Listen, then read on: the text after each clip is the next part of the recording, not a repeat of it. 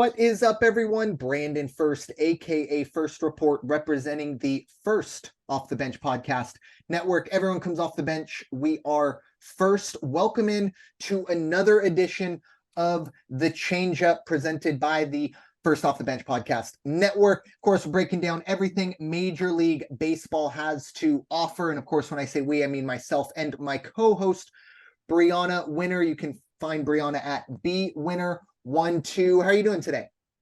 I don't know how to feel with some of these series. I just don't, and I don't know who I want to win that. Actually, I do know who I want to win the Rangers and Houston series. I really do. But at the same time, I need them both to lose. Yeah, somehow, some way. Also, Angels got to handle their business in their situation. We'll get to that later. Yeah, but I will say this, the winner's circle will be the most positive of the team reports. I can guarantee you that. I will warn you now, and I'll warn you before the Padre report. Small children and people who don't like language. I don't believe there will be any F-bombs, but there will be an S-bomb in there. So yeah, I'd say I go for about 3 or 4 minutes, so you can just hit the fast forward for 30 seconds when I do my thing if you have any children in the area. And this is why I mute up and let you finish. Yes. So yeah, it's you have been warned, and once again, I'll warn you again before we dive into that, but it will not be pretty on the Padres side of things. We'll get to that, of course, have our 3 ups, 3 down, give you the result of the College World Series. Stuff like that. But we are going to start with, the All-Star game. The All-Star starters have been announced as we're just about a few weeks away from the All-Star game. The starters are as follows. We'll start in the American League. The top vote getter, absolutely no surprise at all. Maybe the second year in a row, we're going to see Shohei Ohtani be the DH and the starting pitcher, but we know for a fact he will be the DH for the American League. At catcher, you have Jonah Heim. Yandy Diaz will be at first for the Tampa Bay Rays. And then the infield from there, it's a bunch of T's for the Rangers. You got Marcus Semien at second, Josh Jung at third, and Corey Seager. I apologize. I believe that's Josh Young. It's just spelt a little weird. And then Corey Seager at shortstop. So 3 Rangers in the infield there. Very interesting there. Good stuff for the Rangers. Randy Arozarena, Mike Trout, and Aaron Judge will be the outfielders. Obviously, Aaron Judge, I believe, is still a little banged up. We'll see how that goes. But the American League, the starters are set. On the National League side of things, at DH, JD Martinez, Sean Murphy at catcher, Freddie Freeman at first base, Luis Ariz at second, Nolan Arenado at third, Orlando Arcia at short, and the outfielders are Mookie Betts, Corbin Carroll, and the top vote getter from the National League, Ronald Acuna Jr. Definitely some prizes here. A lot of obvious ones. Obviously looking at Shohei and Acuna. But Bryanna, what are your thoughts with the 2023 Major League Baseball All-Star Game starters?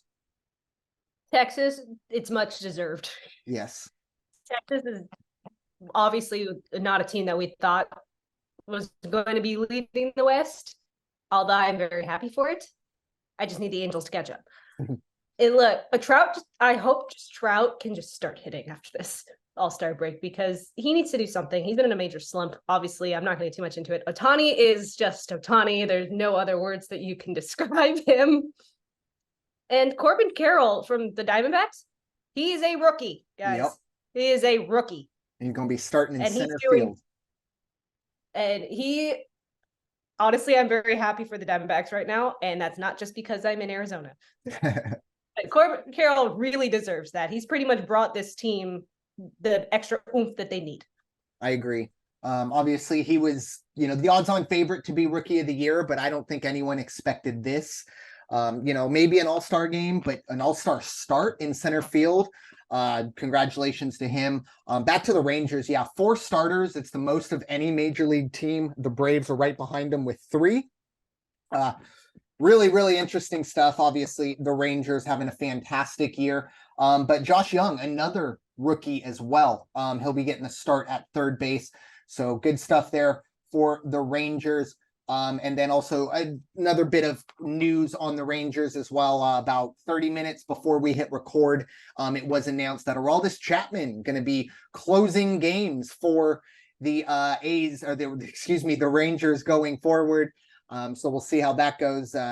Bit of news. Thank you to Major League Baseball for not dropping that news right after we end the podcast. So we actually have some somewhat breaking news to report. So that's good. But the All-Star game, for me, my favorite All-Star game of all the 4 major sports, and it's not because I like baseball. I just think baseball is the easiest game to play at full speed without being, without worrying about getting hurt. Obviously, it could happen, but, football and hockey, you don't see too much physical contact. You don't want to see anyone get injured in that game, but it'll be interesting. I do know, I believe Vladimir Guerrero Jr. and Ronald Acuna Jr., I believe, have both also said, or no, I apologize. No, Mookie Betts and Vladimir Guerrero Jr. both have committed to the home run derby.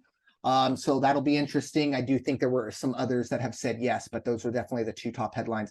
That'll be very interesting. Obviously, the home run derby is a big draw the Monday before the All-Star game. But switching gears, obviously we saw some history earlier this week, but it kind of begs the question, did we see history? And of course, what I'm talking about is Domingo German throwing the 24th perfect game in Major League Baseball history against a team that we're told is, a major league team. I don't know if that's fully the case, but it was, of course, against the Oakland A's, who have come back down to earth after, I think the last podcast, or at least 2 podcasts ago, we pumped them up and gave them all the credit in the world. And, they definitely came back to earth, which I think is good for us, because at least for myself, and I think for Bryanna, I know I was questioning reality when they were on that run. It was almost kind of like, whoa, am I in a simulation right now?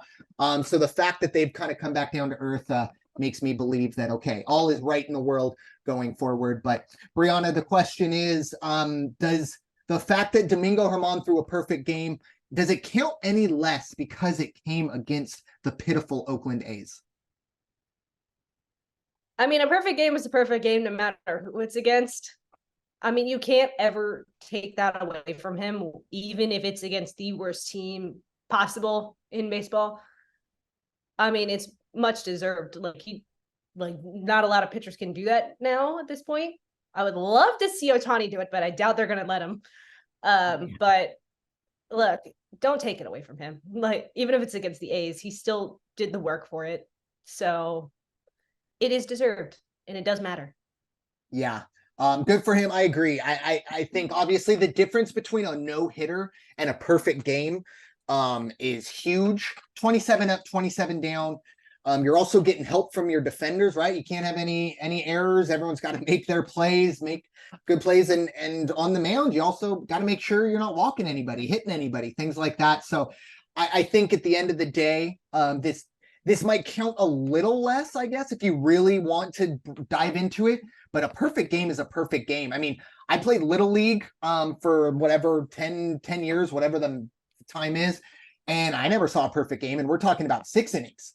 And, there was a big skill gap between a lot of kids in Little League. I never saw a perfect game. Even at, the minor league level, you don't see that type of stuff. So for Domingo German, congratulations to him. Now, we do have to kind of point something out for Domingo German. He has been ejected from games for sticky stuff. Obviously, that didn't happen here. I'm not saying that, but just pointing out the facts. And unfortunately, the situation with some off the field stuff with some abuse. And I'm not going to dive into that because I don't know nearly enough. But we do have to kind of bring that up as well. We don't cover that type of stuff. But when someone like Domingo German does do something well, we unfortunately do have to kind of say, hey, maybe not the greatest human being, but the other night in Oakland, he was on the mound. He was perfect, 27 up and 27 down. So congratulations to him. Obviously, it's a positive for the Yankees who are kind of looking for some. And I will say, I saw something online. I think this is the 5th or 6th perfect game in Yankee history. And each year, the Yankees won the World Series that a perfect game was thrown. Now, take that for what you will. Last one was in 99. Obviously, the landscape of baseball was a lot different back in 1999. But that's something to maybe keep an eye on there. And it's the first since Felix Hernandez in 2012. So it's been over 11 years since we've seen a perfect game. Domingo German put that to rest against the A's. But switching gears, the College World Series wrapped up this past Monday. It was, of course, an all SEC final. It went all 3 games. LSU outlasted Florida in a pretty crazy series. The first game, I think, ended 5-4 in extra innings. And game 2, I think it was 24-4 Florida. And then the deciding game was 18-4, I believe was what the final was when it was all said and done, for LSU to come out on top. Not a huge surprise for me, I think, talent-wise. And when we see the Major League Draft in a few weeks, there's going to be a lot of LSU players drafted early and often. So not a huge surprise to see LSU come out on top. But Florida definitely gave them a run for their money. Bryanna, what are your thoughts? Do you see any of the College World Series? Any thoughts on LSU taking home the title? Oh, I had it playing in the background when I was working. Perfect. Look, I wasn't expecting game 2 to go the way it did. Those poor LSU fans that were in attendance, I am so sorry. And then game 3, LSU came out with a vengeance, and they were pretty much were not gonna lose again and by that much. And instead they did it the other way around. So, I mean, it's much deserved. We knew that LSU was a really good team. Obviously, Skeens, I don't think he pitched.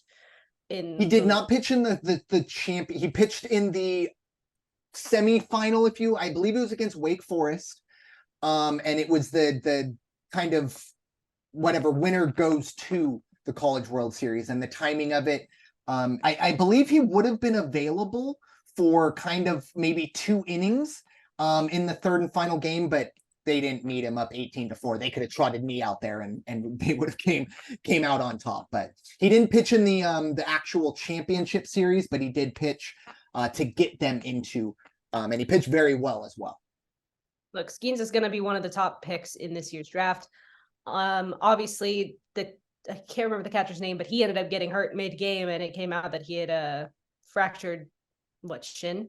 Yeah, it's the shin bone. I don't know the medical. Yeah, I mean, at least it's not an ACL, but that's still going to take some time, because that hurt. Like, that's going to hurt because you actually do so much on your knee as a catcher. So he's going to need to take some time. Obviously, I think he was draft eligible this year too, and I think he was going into the draft. So we'll see what happens there. But hopefully he's got a speedy recovery.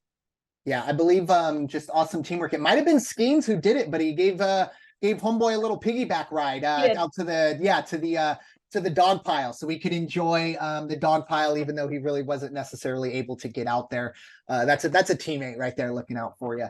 But going back to game 2, I think that it really does show the importance of winning game 1 in a 3-game series, because once that game, or game 2, got, I believe it was a grand slam that broke the tie. I think it put Florida up 7-3, and then they kind of went on from there. But at some point, when it's whatever 10, you're down by 8 runs, you're just essentially pulling the, no offense, but the bullpen arms that you don't really need to rely on. You're not going to waste any pitchers knowing, look, we're going to lose this game, but tomorrow's the one that means all of it. And I think we saw that Florida just didn't have the pitching. And also Dylan Cruz, who more than likely is going to be the first overall pick, shortstop for center field for LSU. He actually, I did not know this until after the World Series ended. He reached base in every single game this season. 75 games he reached base. That's incredible. Really big time talent there. We'll see him very soon. And I do expect Paul Skeens as well, not only to be, the first college pitcher drafted, but I think he will be actually the first player from this draft that we see eventually make it to the majors. Because I do believe, was it Reed Detmers was he one of those kind of where he came up pretty quickly? Or am I getting that mixed up from that? I believe he was drafted in 2021, so he was in that pitcher draft, and then he made his debut mid last year. Okay, gotcha. So I might have that, but usually, I do expect to see Skeens in that realm of where we're going to see him probably sooner rather than later. I mean, the guy is he throws 97 plus. He's 6'5". He's even got the kind of handlebar mustache. He just looks like a major leaguer. So we'll see him. You've also got Ben Joyce, who was drafted last year and ended up. Maybe that's who I'm thinking of.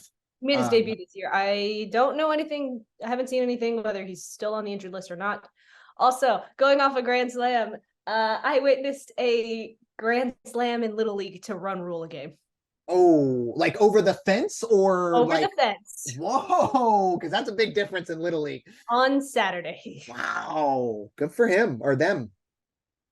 Yeah, they ended up run ruling that team. So speaking of run rule, I think college baseball, I'm not saying maybe 10 is the number, but maybe 12, 14, 15. I don't think anybody wants to see 24-4 ever again. In bad Major League Baseball can't have one. Yeah, well, we'll talk about that in a second. That is a perfect segue into the winner's circle. I know there was a bit of a lopsided game.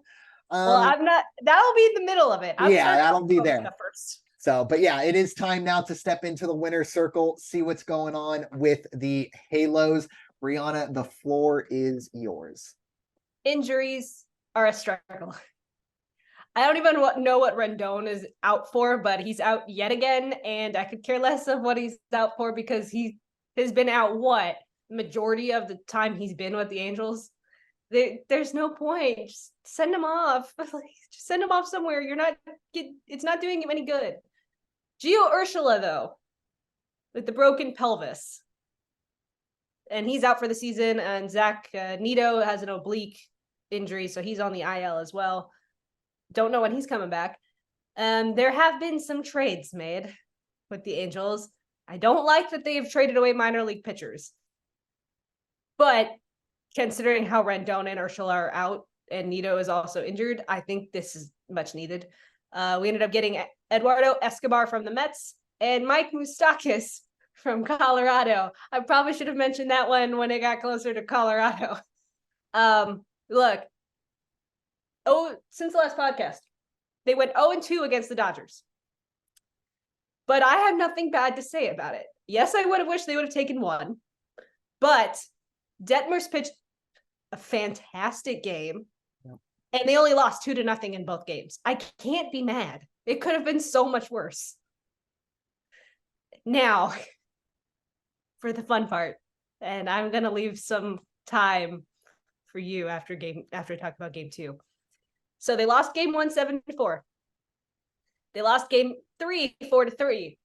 All I'm going to say is, how do you lose a series to Colorado, especially when you have the game 2 you did? And I'm pretty sure there weren't even that many pitchers used in that game. Mm-hmm. How do you lose a series? Colorado. Granted, it was in Colorado, and my computer just decided to think I'm talking to it. So I don't know how to get rid of it. No, I don't want to try again. Go away, Siri. Oh. Okay. Okay. She said okay. Look at that. Thank you. I didn't say the words either when it popped up the first time. I don't even know what just happened. You are having so much fun right now. I am. I need it though. I need it because I'm not going to be having fun in a minute. But anyways, continue. I know. Let's talk about game 2, shall we? Yeah. 13 runs in the third inning. 4 home runs in said inning by Trout, Theis, Drury, and Moniak. 5 home runs in total. They ended up winning 25-1. Obviously, I'm pretty sure that's a record for the Angels. I'm not sure if it's a record for MLB in general, but there was a 30-3 game 10 years ago. Okay. It involved Baltimore, but yeah. But I mean, that I do know it's the most the Angel, or it's a record for the Angels as a franchise. Now I'm leaving the floor open to you for this game. I mean, obviously, we talk about altitude, and altitude's one thing. I don't care if you're playing on the moon. 24 runs or 20, that's just a lot. 25 runs, it's a lot to give up. Obviously, the Rockies are not very good. For them to, win the series is not ideal, but in terms of that one game, I'm actually surprised it wasn't worse because I do believe it was like 22-0 after the 4th inning. The Rockies didn't score until the last inning. Yeah. So it could have been, I mean, I remember, I think I texted you like, we're in the fourth you weren't inning. the only one. They're on the pace to put up 50 runs. Like, this is kind of crazy. And obviously, you know, human nature, when you're up 20 runs, you're probably going to kind of pull back a little, obviously get that win.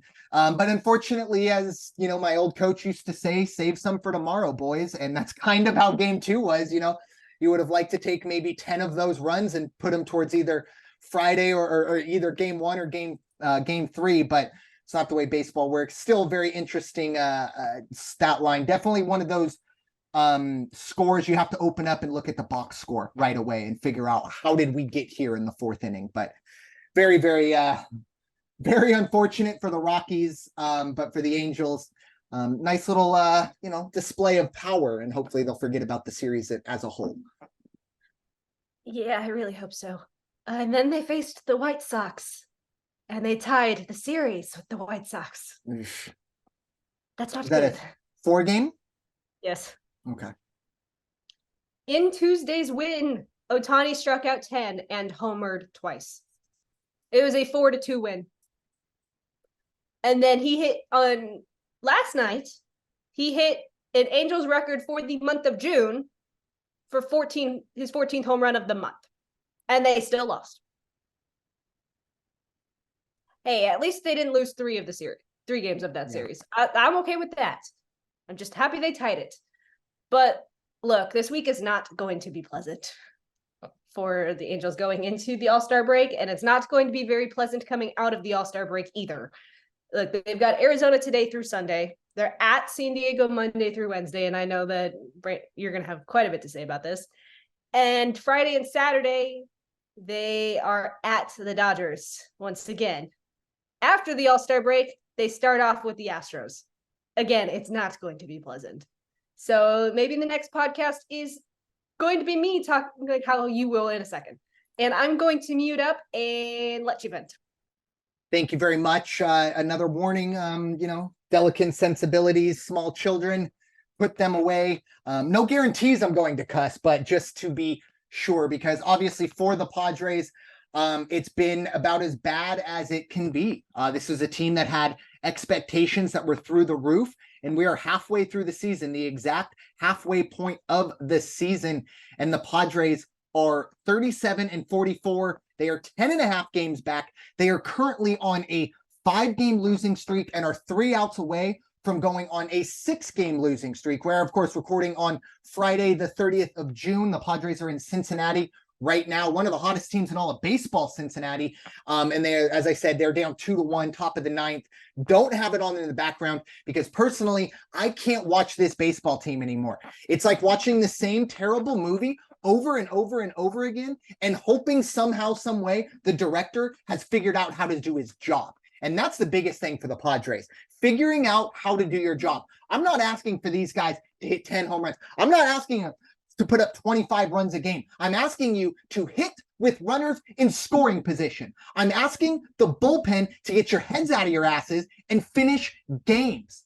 This is unbelievable. Every single game starts the same. Yesterday, end of the 2nd inning, Padres were up 4-0. How does it end?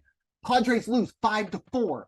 They don't add on. They put up 4 runs. They pat themselves on the back. They go sit by the Gatorade cooler, take their little Polaroid picture, pat themselves on the back some more, and cash their check. That is the San Diego Padres in 2023. Outside of Blake Snell, Fernando Tatis Jr., Ha-Sung Kim, and maybe some moments from Joe Musgrove, maybe some moments from Yu Darvish, this team has massively underperformed. If it wasn't for the New York Mets, the Padres would be by far the most disappointing team in all of baseball. Personally, I had much higher hopes for the Padres than I did for the Mets, because if you look at what the Mets did, they just raided a senior citizens home and paid them a lot of money. All right. I could have told you Justin Verlander isn't going to be on a Cy Young pace. I could have told you it's not going to work with Max Scherzer. But you couldn't have told me that when Bogarts, Tatis, Soto, and Machado are all in the lineup for the first time, that this team would still have one of the worst batting averages as a team in all of Major League Baseball. There are Oakland A's that are looking at the San Diego Padres lineup going, how are we hitting better than these guys? And they are. I have no more words. It's done. This season is over. Bryanna, you're going to sweep us. If we get one, I think you should feel worse about that than losing to the Rockies. The Padres are done, finished at this point. Blow it up, start over. I'm just kidding. You don't blow it up. And I understand that. It's frustrating. There is still time later, but this year, not so much. A lot of these guys are signed up into the Hey, they tied future. it. Oh, they did? Fantastic. Well, maybe I should just keep venting, apparently. But they're runner on third. There's perfect. a runner on third still. All right. Well, look at that. They hit with runners in scoring position. They're listening. Two outs. There's two outs and a runner on third. Okay. And it's 2-2, right? Yes. Okay. So, well, that's positive. Maybe we end up no matter what, Monday's game is going to be a pitcher's duel, no matter. It is. It's going to be a pitcher's duel. Yeah. We'll see Snell versus Ohtani. That'll be a really good one. Like I said, I might try to pinch some pennies together, see if I could find a ticket at the park and enjoy that one. That's going to be a good one. But overall for this team, high hopes, and they're in fourth place. They're not even 10.5 games back of the first place whoever's, and we're in second place. That's not what's going on. The Padres, I've given up on them this season. Once again, I mean, even Juan Soto is under contract through next year as well. So that next year, maybe this team kind of figures it out, but I don't know if Bob Melvin survives this. They're on a 5-game losing streak. I thought this series right here, if they were to get swept by Cincinnati, I think, while I don't necessarily agree it's the right move, I would not be surprised to see Bob Melvin or somebody big get fired, because you need to wake those guys up. Someone needs to kind of, cold water in the face, slap across the face, get their attention, because this team right now is sleepwalking through the season, and there's nothing the Padres can do about it other than try to get somebody to wake up and take some leadership role in this clubhouse. Manny Machado was a leader up until this year. I don't know if the Juan Soto, Xander Bogaerts being brought in has, maybe cramped his style, and maybe he thinks he can take a back seat to those guys, but there needs to be some leadership from the players' side of things. I just don't think they give a crap. Outside of Ha-Seong Kim, Fernando Tatis, and Blake Snell, I don't think these players care. And when you're getting paid millions of dollars, no matter what, I don't know, maybe that's how it is, but that's just my read on it. I think I only said ass once, and I'm actually really Well, now that's the second time. Oh, I did? Yeah, well, okay, yeah, you're right. I doubled down, but I still did much better than I expected. Yeah, but. I'm going to go off that for a second. Mhm. And the Mets have come out and said, and pretty much threatened their players, but they've also said that their coaches are safe for now. Mm-hmm. But they have threatened their players, pretty much saying, we will trade you or we will drop you down if you guys do not perform, yet the coaches are safe. Yeah. And I mean, I agree with that. Look, Bob Melvin isn't hitting 189 with runners in scoring position. I understand that. AJ Preller put this team together. It's not necessarily his fault that, Xander Bogaerts can't hit his weight, or Manny Machado has taken massive steps back. But I will say on Melvin's side, his bullpen management, it seems like no matter what he does, anything he touches turns to crap. I almost did it. Turns to poop, if you will. So you technically did say it.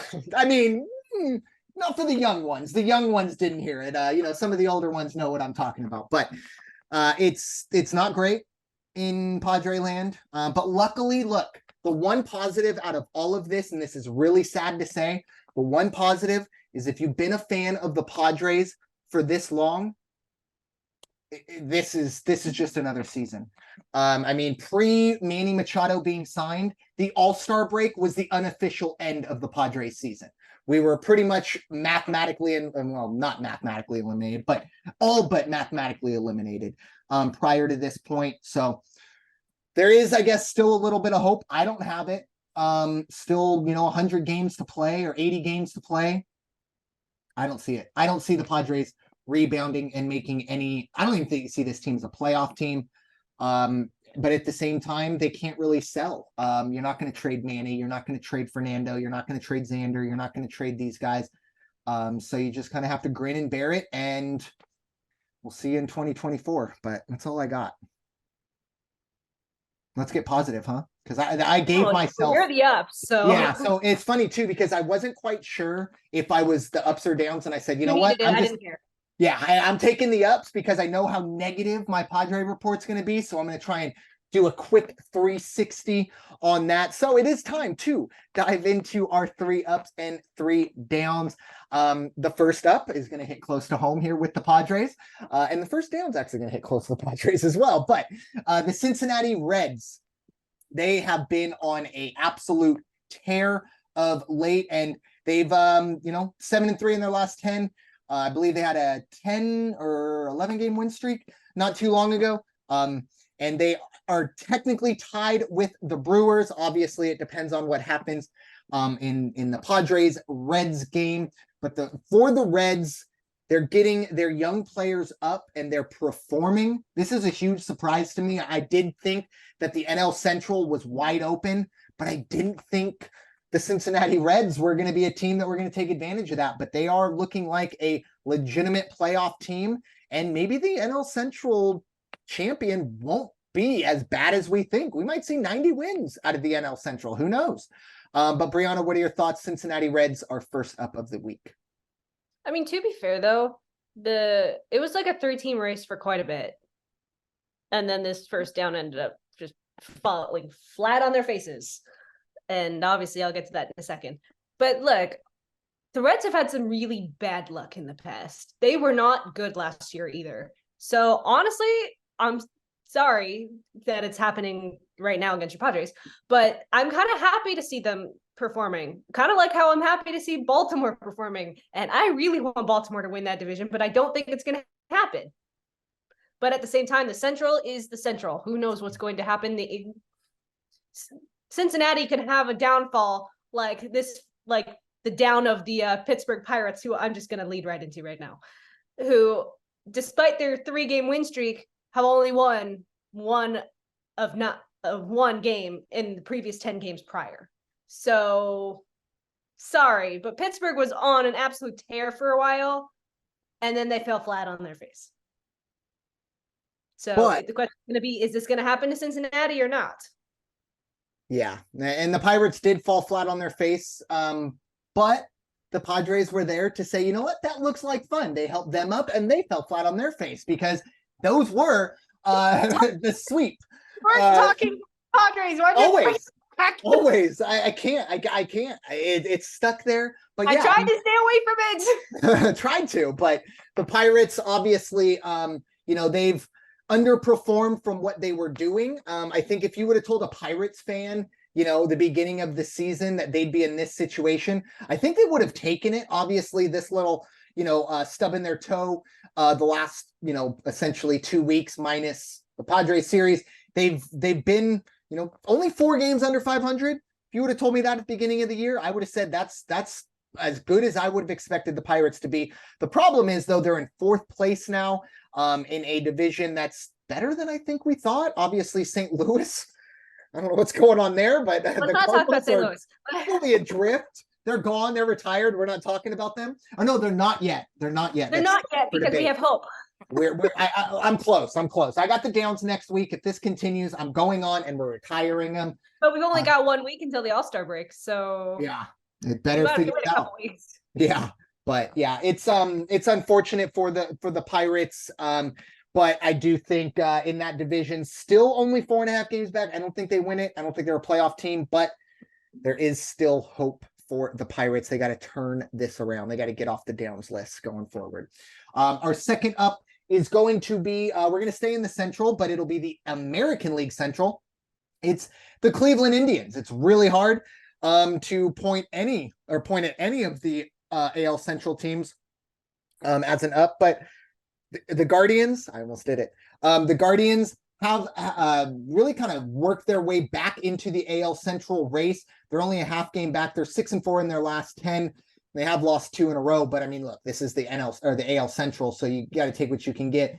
The leader of that division is 40-42. Cleveland only a half game behind those Twins. Bryanna, what are your thoughts? The Guardians starting to try to make some moves and contend in a American League Central. Are they going back to the 2016 Cleveland Indians? That's the question. And I said it in context, so you cannot. It's funny too, because I thought, and I was no, they were in 2016. They were them, so I can't. They weren't the Guardians until last year. Yep, you're correct. In context, I can say it. Yep. So the question is going to be: are they going back to how they were in 2016 when they were still the Indians and made it to the World Series before losing to the Cubs? Are they on their way to that level again? Yeah. Or is it going to be like Pittsburgh and the Mets, and they're just going to fall flat on their face? Yeah. But again, the Central sucks. I could see this team making the playoffs, but I don't see a World Series run. Just yet. I mean, they gotta really get rolling and change things. And for the Guardians, though, I mean, obviously they gotta feel at least somewhat happy they're in the American League Central. They could be in the East, and they would be fully in last place. They would be 15 and a half games out. So, it's one of those things where you're happy that you're in the Central, obviously. But Cleveland's got some work to do still the second half of the year. By the way, you're going to extras. Yeah, I figured. I didn't get the alert, so I was, Well, it just happened. Okay. Like I'm keeping track of it. I've got scores going up. Perfect. Back to the Pirates for the second. They're losing 4-0 to the Brewers. Oh, there you go. And that's a big series. That's essentially a National League Central. Or wait, no, I got that mixed up. Sorry, I'm still thinking Cincinnati. Take that back. Whoop. Anyways, what's our second down of the week, Bryanna? It is not going to be a team. It is a specific person. We all know what's going on. He was a 2022 Cy Young candidate, and now he's all the way back down to rookie ball. And he gave up 11 runs in 2 innings last week. 2 2/3. We'll give him the extra 2/3. Okay. Yes. It is Alek Manoah. Like, I don't know what has happened in the offseason where he is struggling this badly, but he has gone from the major leagues all the way down to rookie ball to try to figure out what's going on, and he still can't perform there. Yeah. It's sad. I mean, we can kind of joke about it here and there, but at the end of the day, you do kind of feel for the guy. I don't want to, speculate or anything like that, even though I'm going to. I hate when people do that, but I'm going to right now. I really think conditioning maybe needs to be something that is focused on for him a little more now with this pitch clock. That was something that jumped out to me. He was, if not the slowest, one of the slowest workers in baseball. He's a bigger dude. I'm not saying anything about that, but he's a bigger guy. I think he maybe needed to go into the offseason maybe with a different game plan. And I don't know. I did not expect this stat line, especially, in A-ball. Even AAA. I mean, you see a stat line that in AAA for a major leaguer, and it takes you aback. But in rookie ball, it's really disheartening. Obviously, I hope he figures it out and he can get himself back to the level he was last year. But this is now officially concerning, especially if he has two more bad starts. Sorry? It's really sad. It is. And, once again, this, he's making plenty of money. This isn't a situation where, he's missing meals, but on a professional level, you do feel for the guy, and you wonder if maybe he's got the yips. I go back to Rick Ankiel way back in the day when he was a pitcher before he switched to the, outfield, where he was a great pitcher. And then for whatever reason, just couldn't throw strikes. I think he had like 8 wild pitches in one game, and he just couldn't figure it out. I don't know if that's the case that's going on here. I really do think it could possibly also be a mental thing. Baseball is a very mental sport. Maybe he's too in his head or not in his head enough. I don't know what it is, but I hope he gets it figured out. He's actually a really funny dude. From everything I've read, he's a really good guy as well. So hopefully he can work his way back up. And it's one of those stories. Maybe we look back in a few years when he's back on the level of Cy Young candidate and we go, hey, remember when Alek Manoah was giving up 11 runs in A-ball or rookie ball? But we shall see going forward. Unfortunately for Alek, he's got a lot of work to do to get back to the major league level. Definitely a down candidate and a well-deserved down. And I think Alek Manoah would probably agree with us as well on that. I think he's one of those guys that knows he's not performing to where he needs to be. But Moving on to our third and final up of the week. Tell you, this team refuses to go away. It's the Miami Marlins. They're 7-3. Sorry? I said, well, they are losing 5-0 right now. Oh, but well, you know, it's the one. Braves. It's not a perfect science, but 48. They are 48-34 overall. 6 games behind the red hot Atlanta Braves, who probably should also be on this list, but I feel like that's low hanging fruit. Miami 7-3 in their last 10. They've won 5 in a row, even though it does seem like maybe that win streak's going to end today. But really, a team that is essentially any other division they'd be in, at least the National League side of things, they would be either tied for or in first. So they got to feel good. They're definitely a playoff contender. Really, really good stuff to see from a young Marlins team that I think we've been waiting to kind of see. And it just kind of goes to show all you got to do is get Derek Jeter out of the equation.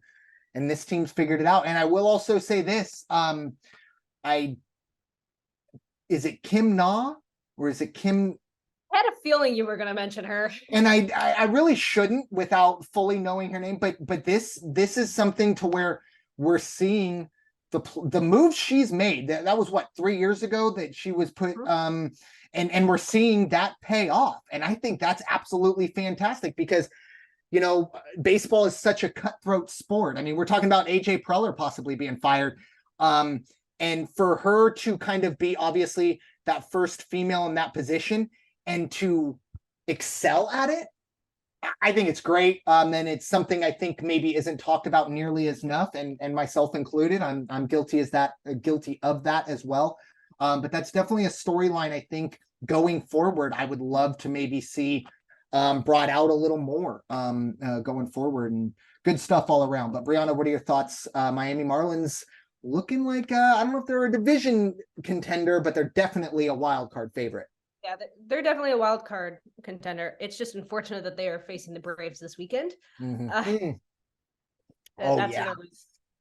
who they're losing to right now in the top of the third. Oh, it's still early. Yeah, but it's unfortunate that they have to face the Braves. Just like I'm really looking forward to whoever comes out on top of this Astros and Rangers series. I really hope it's the Rangers. And I know most of you are too that are listening, because we hate those cheaters. Look, I know that like a couple years ago, Miami was not the greatest. And I know that we've been talking about them for the last year, like just happy that they're coming back up and they're playing like they should be. So I'm happy to see it. I just wish they weren't playing the Braves right about now. I think they do too. Probably. And I'm going to do an honorary down really quick just because of the fact they are playing my current down. And considering the fact that this team we thought was going to at some point maybe overtake the Diamondbacks and then again fell flat. Look, the Giants are losing 2-1 to the Mets right now. Granted, it's still the third, but with how quickly they had their downfall. They had 2-3 good weeks and they swept the Dodgers.